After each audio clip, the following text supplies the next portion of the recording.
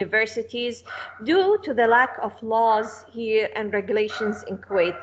However, GUST and other universities and other private schools in Kuwait, they had this initiative to involve and to integrate technology and make it as an element in their teaching approaches. Uh, like Microsoft Teams, I knew it prior COVID-19. Moodle was a part of my everyday life in my career. I used to give online quizzes. I used to do a lot of things. I used to have this software, and even those Kuwaiti students, they've adapted to the environment of using technology. They had their devices, whether it's a laptop or tablets or, iPads. They used to bring it to the university every day. They had it. They were, implementing everything electronically. So we didn't have any problem. So when at the beginning of March last year, when in the National and Liberation Day last year, when they asked to postpone the education, we were ready. I mean, GUST senior management immediately contacted us, assured our safety, and they said we are ready.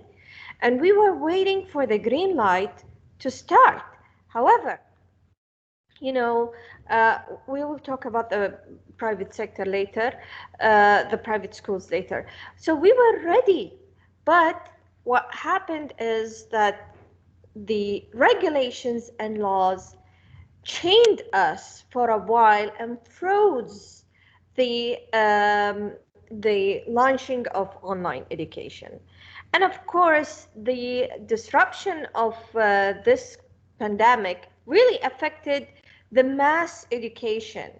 The private sector are small units and small, let's say, assets in the society, while the government is controlling or supervising the whole system. Going back to let's take a step back and talk about the private sector schools. It's very important to know which schools were able and which schools were unable. So given this brief historical background about the private schools in Kuwait, we have in the 60s the ministerial decision of establishing private education, and it was supervised by the Ministry of Education. That supervise the financial, govern the basic or the structure of the school, and also supports the academic system and make sure that it has this examination and so on. So since many of private schools have been established in Kuwait, we have 5 types of private schools in Kuwait. One, the American schools, which follows the American curriculum and it is US accredited. We have the British school, and we have the bilingual schools, and also we have the Arabic schools, and then we have the community schools for communities like the Indian, Pakistani, or Persian, and we have also the French school. So all of these schools, but mostly now the big chunk is the bilingual school, and people are going there. The Arabic schools are for, it charges low. It is for, the expat, the Arab expat who wants to enroll their children, and they follow the ministry's regulations and school year and etc. So during COVID-19, the only schools were almost ready were the American, some American schools, some British schools, and some bilingual. I don't know about the communities, but they had a different, curriculum and different, some of them, school years. But they were able to, manage to create their own system.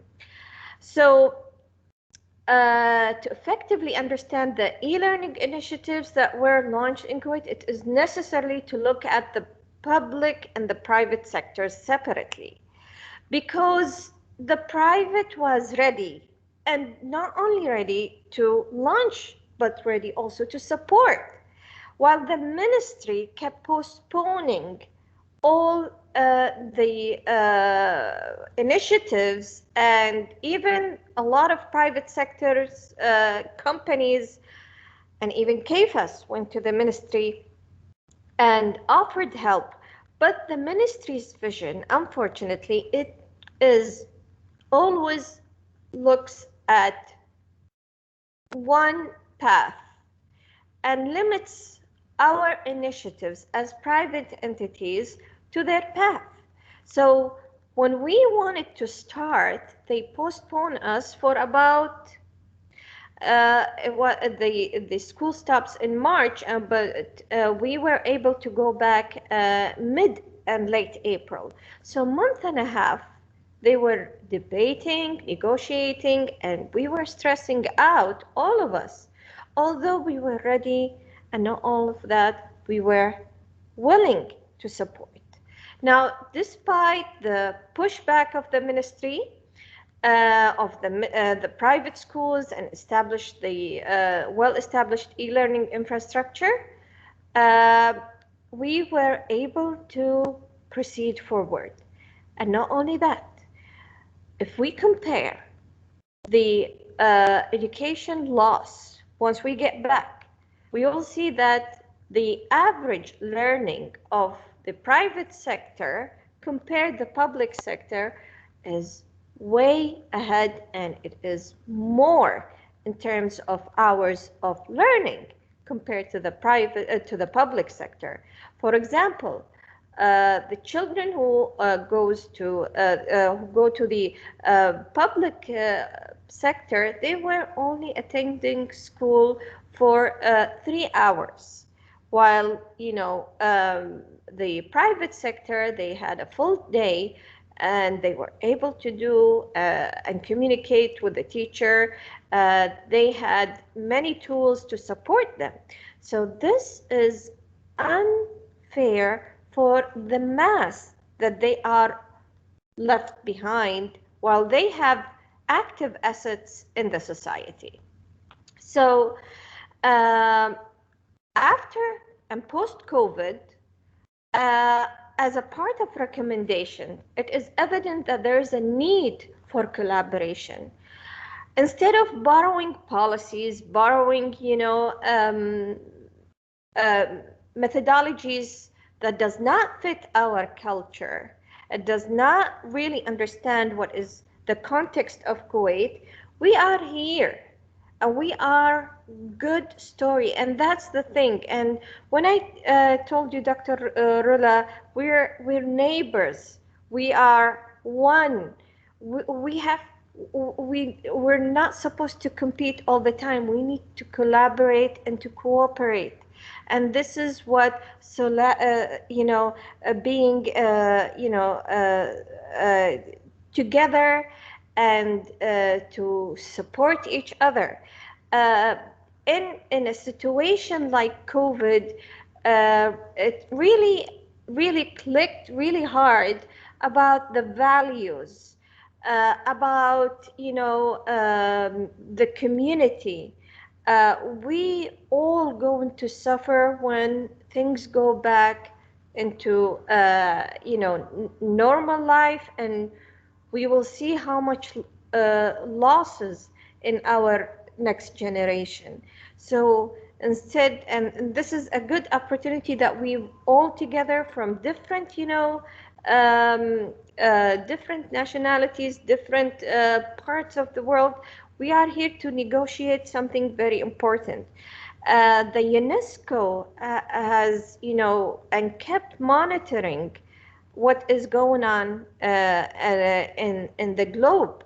And trust me, education needs to have a new paradigm that fits the needs.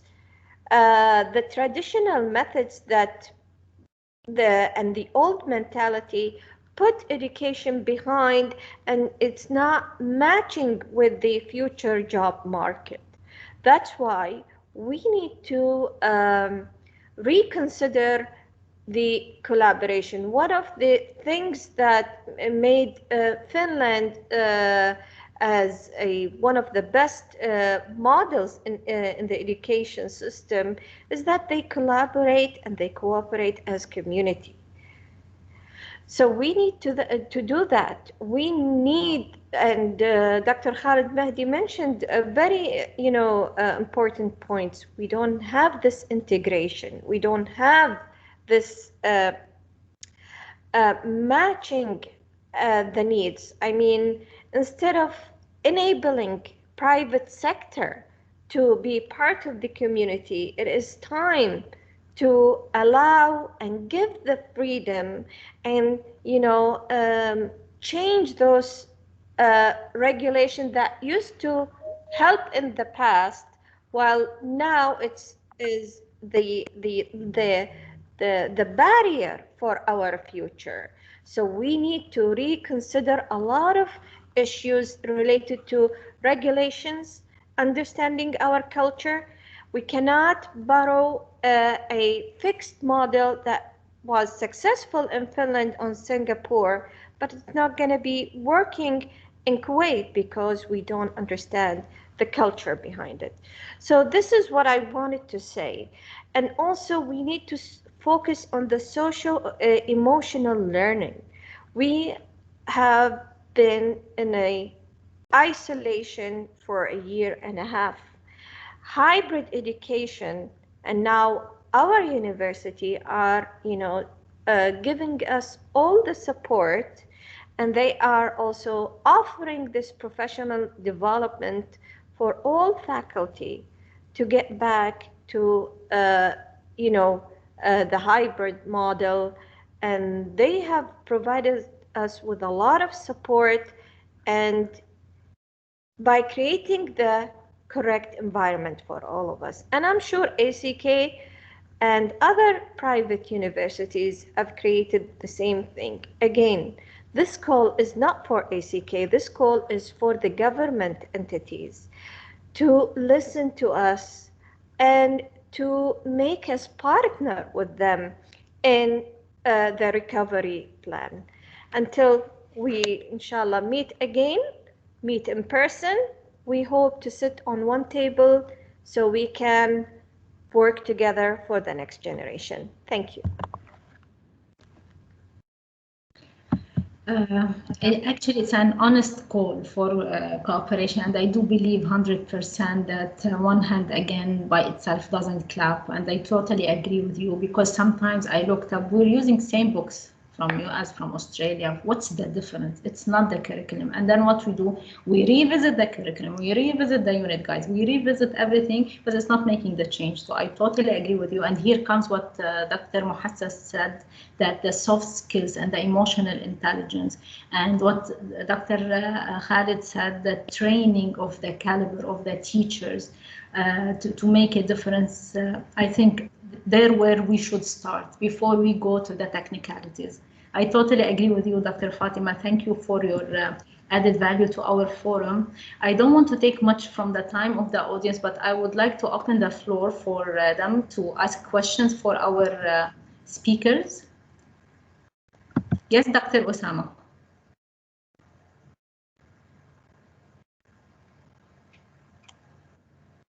It's a question to Professor Mahrdad. You had a slide early on where you talked about, or you just was there saying education point 4 or something like that. Can you go back to that slide?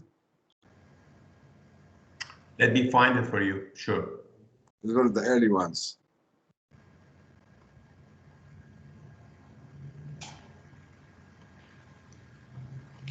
just sharing my screen. So.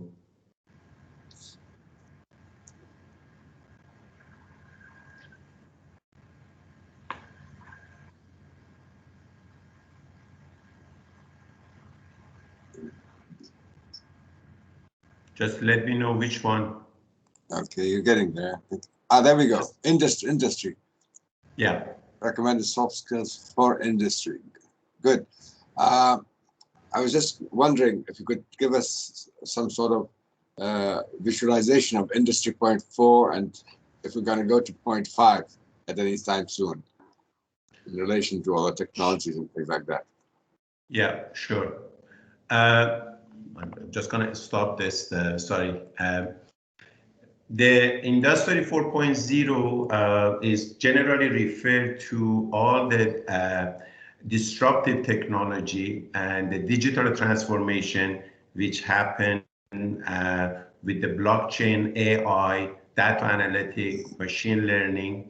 And due to that, again, the published research paper by different sources, they are saying is the role of especially repetitive job will be diminished throughout, and the only things that human can offer or next generation of graduates should offer is, in addition to their, of course, again, technical skills, they should have things which machine cannot offer, things like social aspects, empathy, and they saying those jobs are not going to disappear because machine never could replace them.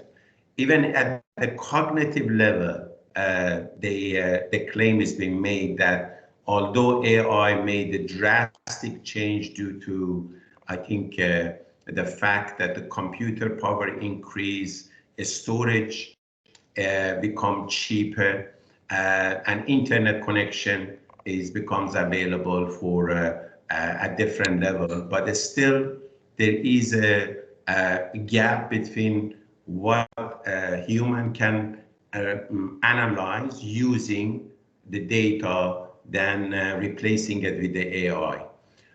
So Industry 4.0 generally refer to the generation which we have all these disruptive technology and the impact they're going to have.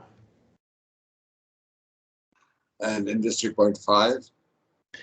Industry 4.5, I think we have to see. There was some prediction about what we going after this, but to be honest, with the COVID, the balance of the things has been changed to some extent, especially in terms of technology. But I don't know if anybody else are more familiar with Industry 5.0 to explain about that.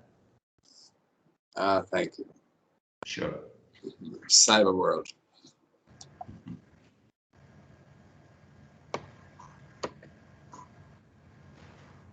Okay, so we have a question from the audience, from Diala. She said, thank you first of all for all the panel speakers. She wants to know if anyone mapped the course activities to soft skills in your institutions, and if yes, what are the challenges you faced? We start doing it. As I explained in my presentation, we used to be a branch campus tied up to a set of courses. We didn't have a luxury of even changing assessment because the system we have here, there is an internal system in Amity University, and then we have external system of Dubai government that they monitoring us as a branch campus to deliver exact same curriculum which has been delivered in the home campus. So we didn't have much luxury of changing things in our curriculum. But as I said recently, since July, we put a new curriculum together, and we are going first through process of institutional accreditation, then get program accreditation. But we are preparing our material towards our own programs in business department. I'm working with a number of faculty together, try to come up with that. And as a part of that, we use the a slide that I show you. And to be honest, is a very challenging task, because you could do it in a perfunctory matter. You could say, well, a student do project, so they work in a team, so they develop teamwork. But if you want to measure that properly to see where each student stand before doing the project, or even before starting a semester, and what they do after that, that would be assessing that, and is a challenge. I like what has been practiced, because I think Singapore Polytechnic is not the only one is doing it, but the integration of the courses together, and have a student take one project throughout the semester, but that project is integration of different courses in that. That makes it easier, because then you could focus in, or at least in few soft skills, and monitor the progress of a student and see how they applying those skills. For example, if it's a leadership skills, you rotate among group of a student, they take a turn, and then you assess their skill set, you get the peer review. So those are what we are planning to. We have not implemented, but we're working towards that. Yes, thank you very much. So can you please tell us about specific assessment tools that can be effectively used for assessing soft skills? I'm not sure, maybe also Dr. Dieter can help in that. So what do you think the best assessment that really reflects the soft skills of students in PBL, for example? Rhoda, I think all of us face the challenge of some subjects are quantitative and others are more qualitative. So I think it's far easier to do that with qualitative subjects. You know, for example, I teach quality management and organizational behavior, and I integrate all the soft skills and I assess them very much in those. In the quantitative subjects, it's a bit more difficult, and perhaps we shouldn't be too hung up on focusing too much on the qualitative side of things and the quantitative subjects. I think if we have a strategic approach across all of the subjects and across the curricula, then I think we'll be able to balance out those aspects like emotional intelligence with obviously real understanding of subject matter. So yes, I think there has to be a balance with that. Yes, thank you. You have anything to add, Dr. Mohasses, because I think this is your field. No, I 100% support what it was said. I mentioned that approach in the previous place I used to work for higher colleges of technology in UAE for 20 years. And one of the things we were doing at the beginning of each semester, we were getting faculty together in a room, and we asking them to develop a project, one project, while a student going through their semester, they apply different skill set. And that would be one of the assessment that they are doing in that. And usually, I think, if I recall correctly, was something about 20 to 25% of their assessment for that semester. So that was, you could say, as it was mentioned, an integrated project. English teacher is looking at the English content, math teacher is looking at applied math, marketing look at the marketing aspects, and so on. It wasn't applicable at the higher end when a student going and specialize, but it definitely worked in year one and somehow in year two courses. So for that, teachers didn't have a choice. They have to make it happen. But as it was said, it has to be a strategy set up by the university. Otherwise, as a faculty member, I think the tendency is faculty usually culturally, they do not like to share. They do not like to plan together. Generally, they is the expression they saying is faculty are willing to share their toothbrush, but not their course material.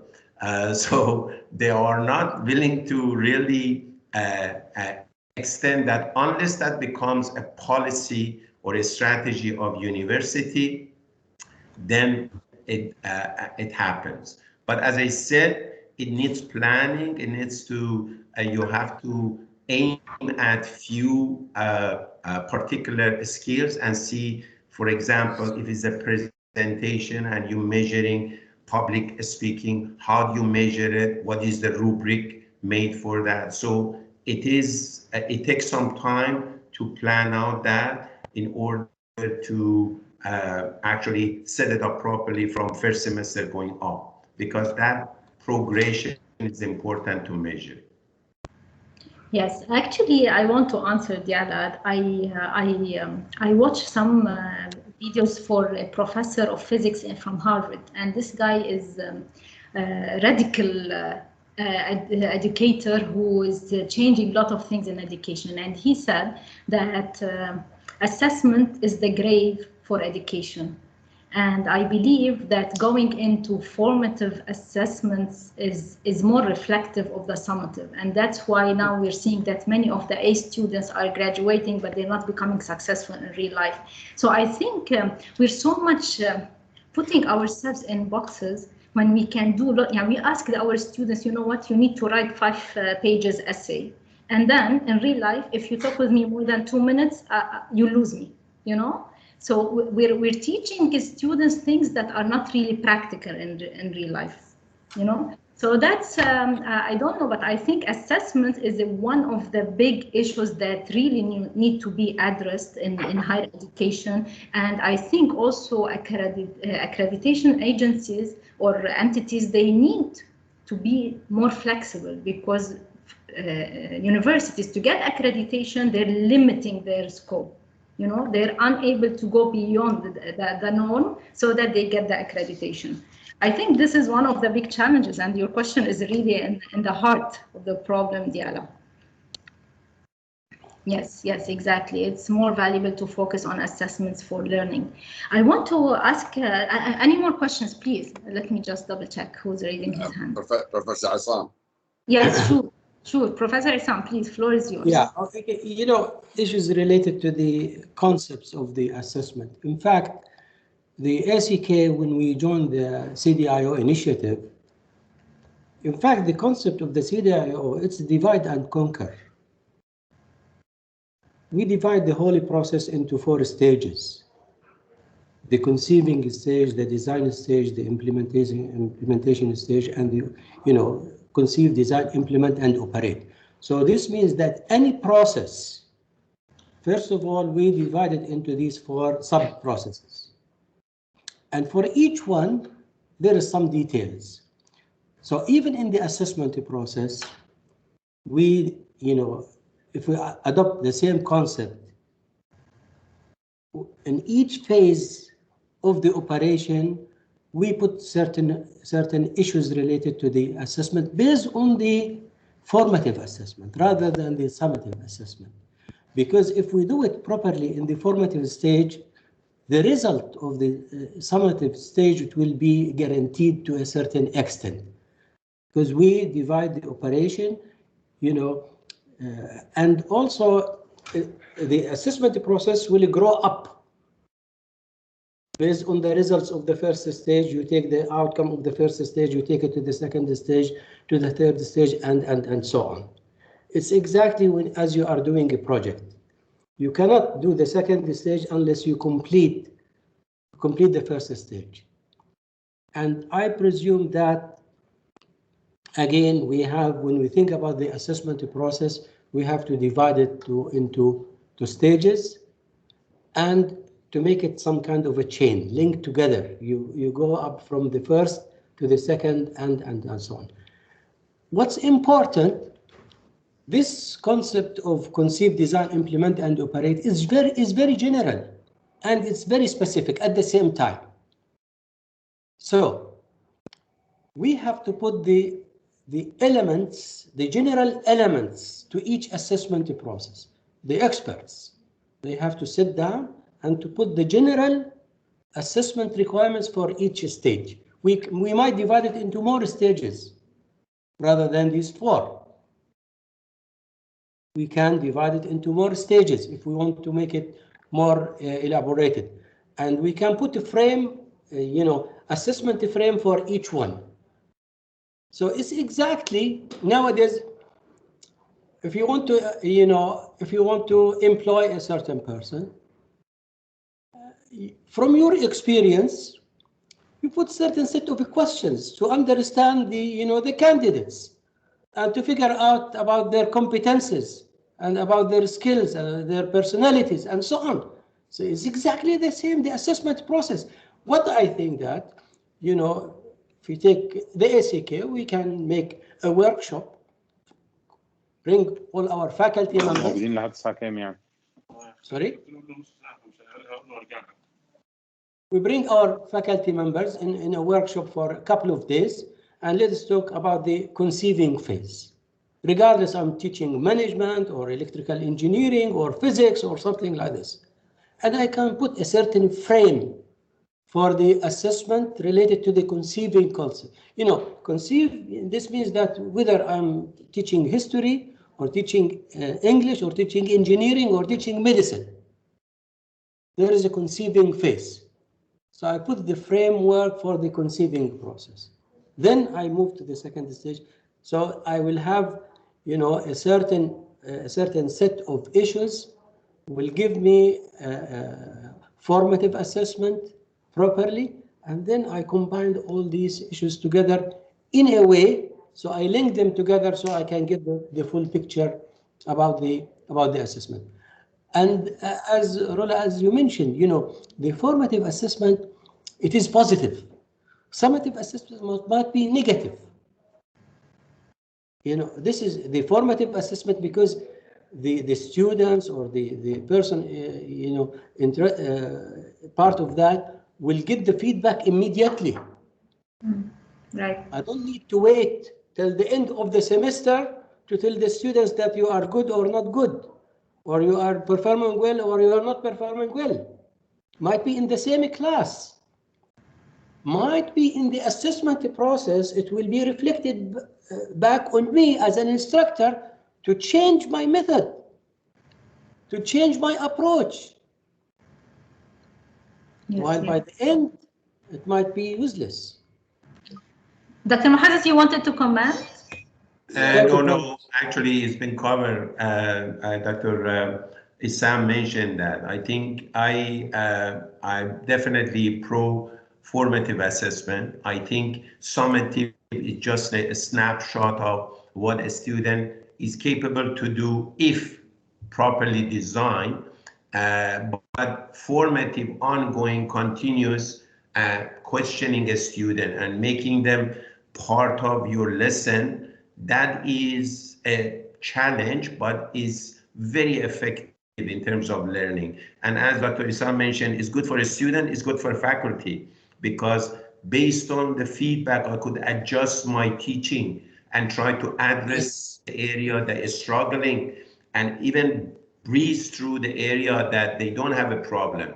But the problem sometimes we have with teaching, again, my observation is some teacher, if they have a PowerPoint, they go every line in the PowerPoint, which generally makes it very boring. But on the other hand, when it comes to the exam, even teacher doesn't know what a student know or don't know, and a student don't know what they are responsible, because there is no emphasis on important or significant aspects of the course. So those are, I think, the challenges that we all facing, regardless of where we are and what we do. That's generally the trend we have. Thank you. Thank you. Dr. Fatima, I want you to comment just lastly with your projects with UNDP, UNESCO, and CAEFAS. Do you think we have a hope, or it's just studies that we're doing and putting in the drawers?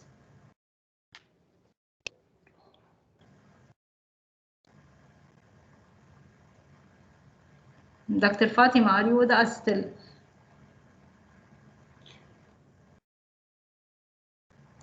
I don't know. Rola, I have a simple comment, Rola.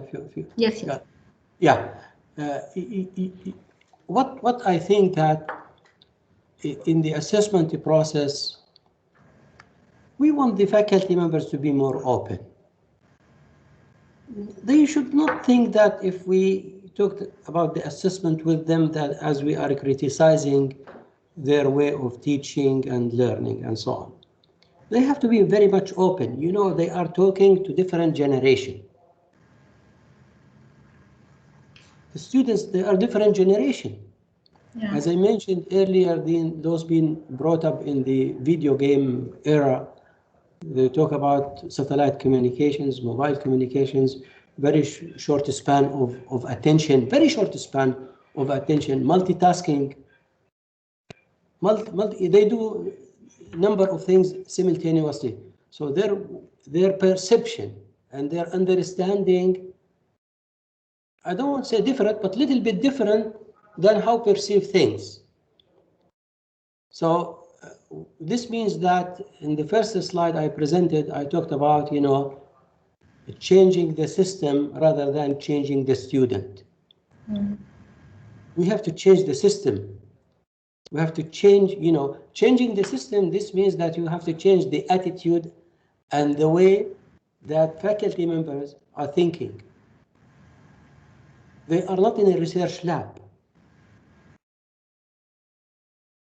Mentality, culture is a big issue. Mentality and culture. One of the big issues related to the assessment is engagement. You want to assess the students, you have to engage them. And I felt that the concept of e-learning is providing good engagement compared to the face-to-face. I think it is better than face-to-face. You can have a good engagement from the student side. Yes. Because they feel free and they can, you know, if they write a statement and they cannot say it to the instructor, but they can write it, and so on.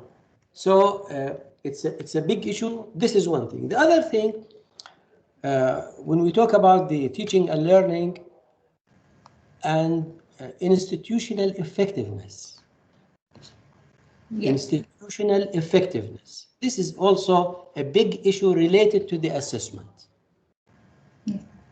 So yes, Doctor, I don't want to interrupt you, but we have other speakers from the other panel. They're ready. I just want Dr. Khidr to quickly, before you leave us, I want you to stay with us, but just before you leave, Professor Isam was not hearing you. Tell him about your offer while we prepare for the second panel discussion. You're muted, Dr. Khidr. You're muted. Assalamu alaikum. But Professor Isam knows about my offer. I was there 2 weeks ago at your faculty. Presented to him the program, and he knows about our grant the grants guarantee program. Okay, thank you very much, Dr. Khidr. Inshallah, we stay in touch, and I really appreciate your time, your added value to our forum. Thank you, Dr. Fatima. Thank you, Dr. Dieter. Thank you, Dr. Muhassis. It was our privilege to have you. Thank you very much. We'll follow up with you after the forum with the outcomes. We really appreciate your time and your contributions. Thank you. I have some of our speakers from the second panel. They are, committed with other meetings, and we need to start directly without any further ado or any breaks. I'm so sorry for those who are with us, but as online, you can always take your break without us noticing, right? And come back. Okay. Thank you very much. Dr. Martin, how are you doing, my colleague? How are you? So Dr. Martin Jaeger, is that how I pronounce your name? Holds a PhD in civil engineering, construction, economy and management. Yes. Jaeger, yes. From the University of Wuppertal, Germany. You know, German language is a bit difficult, just like the Arabic. Not at all. He spent the last 25 years working as consultant and lecturer in Germany and the Middle East, and he's the professor with the Australian College of Kuwait currently. He's also the senior manager of the Center for Project-Based Learning at the Australian College of Kuwait and the School of Engineering. He is certified international engineering educator and engineering education researcher. He's done a lot of work about PBL before I even heard of what PBL is. Dr. Martin, thank you for accepting our invitation, and the virtual floor is yours. Thank you very much, Ms. Rola. Thank you for the kind introduction and for the invitation to participate in this forum. It's an honor. I try to share my screen with you. So hopefully this will work. Okay.